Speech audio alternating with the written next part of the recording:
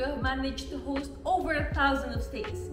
Join me in my journey as I navigate through Airbnb hosting, business, and personal growth. For today's video, we are here right now at Serene East Tagaytay, and I'm gonna be showing you kung ano yung itsura ng ating project over here. So, this is one of our design and build projects ng 2024. So, I'll be showing it to you guys right now. So, ang pinaka-concept na gusto ng aming client for this place is Industrial Zen. So, ano ba pag sinabing Industrial Zen? So, meron tayong pinaka-description right here. So, ang Industrial Zen design merges the rugged elements of industrial style, like exposed brick and metal, with the peaceful simplicity of Zen aesthetics. So basically, kumbaga may pag-rugged siya, pero meron pa din siyang harmony and simplicity.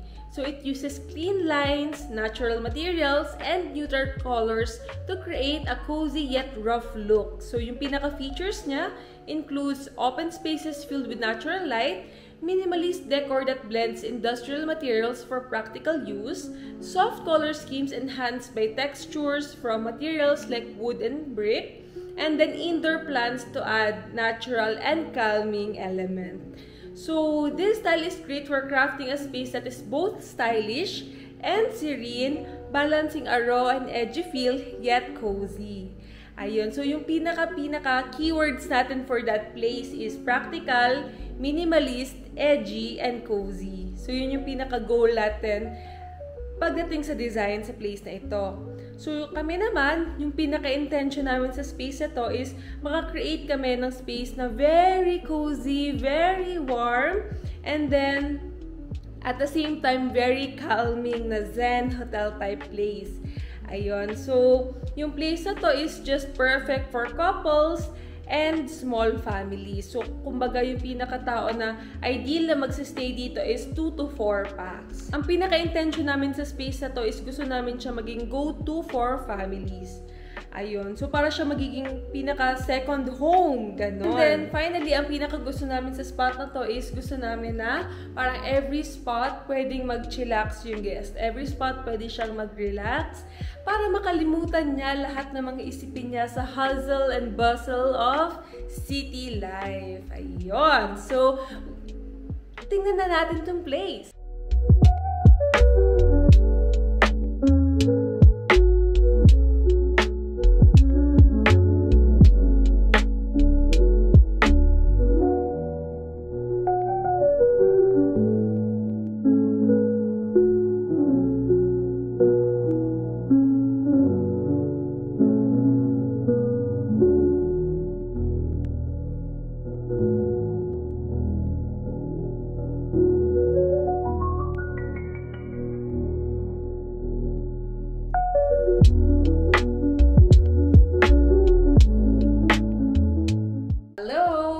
Pinaka-design namin din dito is kasi when we accept clients, we present two different kinds of design. So yung number 1 is high-end and the number 2 is mid-end.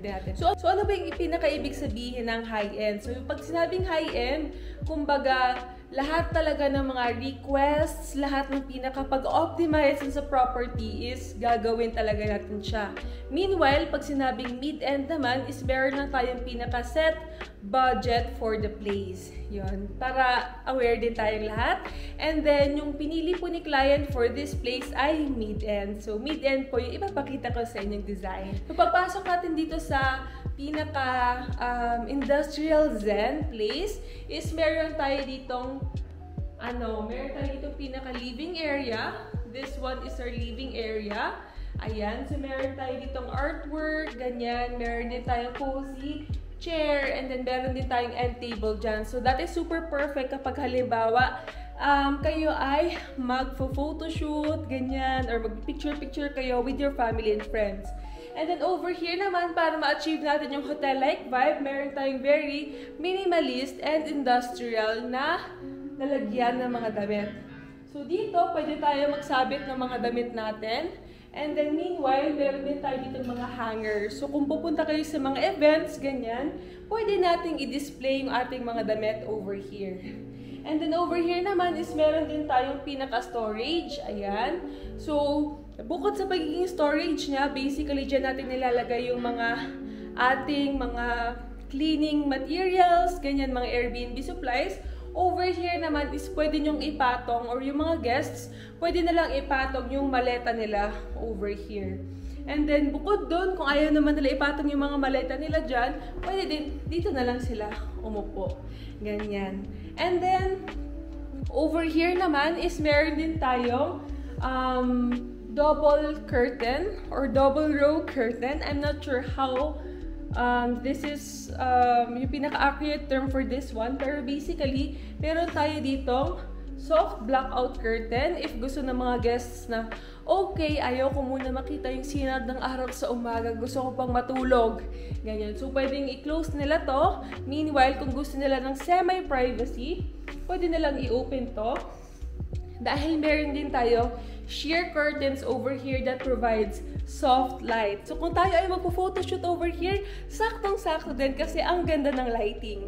And then pag gusto naman nilang makita ang view over here, ayan, pwedeng-pwede din siyang hawiin na lang. Yung pinaka-view nila dito is yung Wind Residences and also yung areas likod ng Lourdes Church. Ayan. And then, over here naman is meron din tayo pinaka, bedside table. Ayan. And then, meron din tayo dito custom-made na bed. Ayan. So, yung pinaka-bed natin dito is, made from wood siya. So, basically, if magkakaroon siya or nakaka-create siya ng organic feel. Ayan. So, ito yung pinaka-bed natin. Meron tayong pinaka-4 pillows, may blankets, and bed sheets.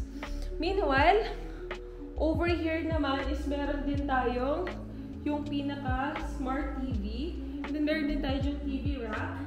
And then at the same time, sa aming property manager, they also provide sa mga clients yung mga entertainment items inside an Airbnb. So ano ba yung mga yon? Ayan. Over here is meron tayong karaoke, Bluetooth karaoke, para pwedeng isync itong Bluetooth karaoke dito sa pinaka-TV and your guests can sing their hearts out. Ayun. And then, over here din naman is meron din silang Uno cards and meron din silang playing cards like this one. Then meron din silang Uno and then meron din Jenga. So if halimbawa, you're gonna be with your family members or yung mga guests natin will be with their family members, they can just, and they want to play and bond, ayan, meron sila niyan. Ayan. And then, punta naman tayo dito sa ating pinaka-dining area. So, for this one is meron tayong 3 chairs over here, 3 high chairs, and then, meron din tayong pinaka-table over here. So, itong pinaka-divider natin, it provides privacy para doon sa matutulog sa bed. Ganyan. And then, also, para makakreate pa ng illusion din na mas malaki yung room at mas maaliwalas dahil meron tayong pinaka-vertical lines. Ayun. And then, ito din palang flooring. Ang pinaka-original flooring namin dyan ay yung dito sa building mismo, which is tiles. And then yung tiles sila is parang medyo may pagka-white na parang yellowish siya. So, what we did para makakreate pa ng industrial zen vibes is ginawa din namin siyang vinyl tiles na ganito. So, super bumagay siya kasi mas nakita talaga namin na nag-expand yung space. And at the same time, nakita din talaga namin na, okay, mas nag-iba yung experience, mas nag-iba yung pinaka-vibe ng place. Ayun, so ito siya, ito yung pinaka-table natin, so may gamit lang kami dyan. And then after that, meron din po tayo ditong kitchen counter. So yung original kitchen counter niya is nandito talaga. And it's medyo triangle yung shape niya. Kumbaga parang naka-corner lot yung vibes niya. So, yun yung, for our client, yun yung pinaka-hatest part niya daw nitong condo. Siguro kasi parang medyo awkward din talaga siya tingnan. Pero yun yung pinaka-item na gusto niyang tanggalin dito sa space. Which is what we did.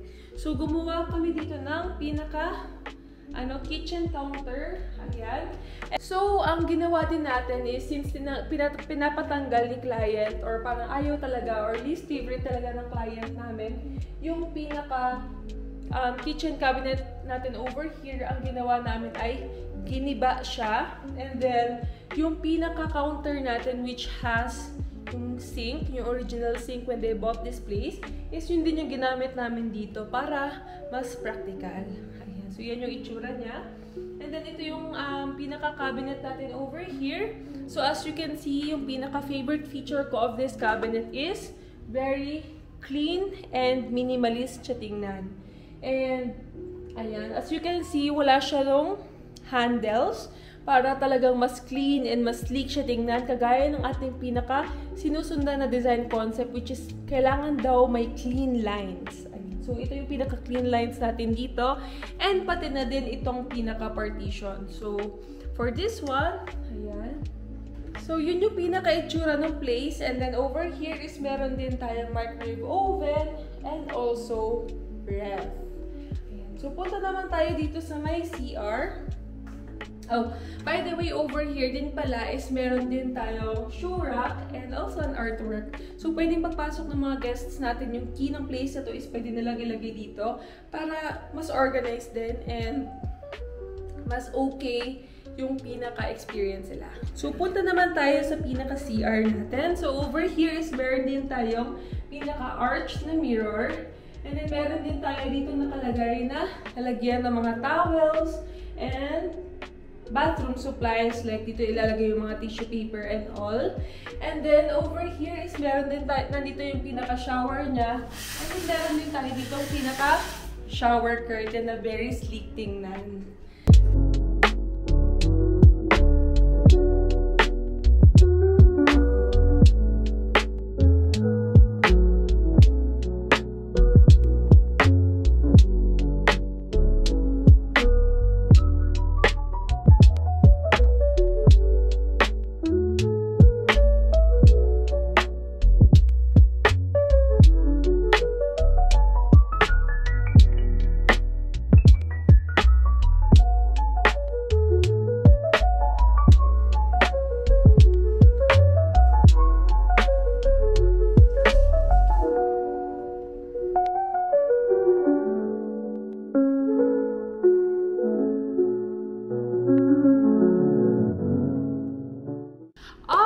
That's it for this video. Thank you guys for watching. And if you guys are looking for a design and build team and also property management team to manage your condo or your property, we are here for you. Ayan. So, ilalagay ko po yung link down below ng pinaka design and build team namin and also yung property management services. So, para po sa design and build, yun po, ang pinaka-name po natin dyan ay FNF Design and Build. And para naman po sa property management, meron po tayong Rise Up Property Management. So, sila po yung aming pinaka-official partner. And ang pinaka-department ko po doon ay ang Design and Build Services. And then, comment down below po kung alin yung pinaka-mga nagustuhan yung areas dito sa design. So, I hope you enjoyed this vlog and thank you guys for watching and I hope to see you on the next one. Bye-bye!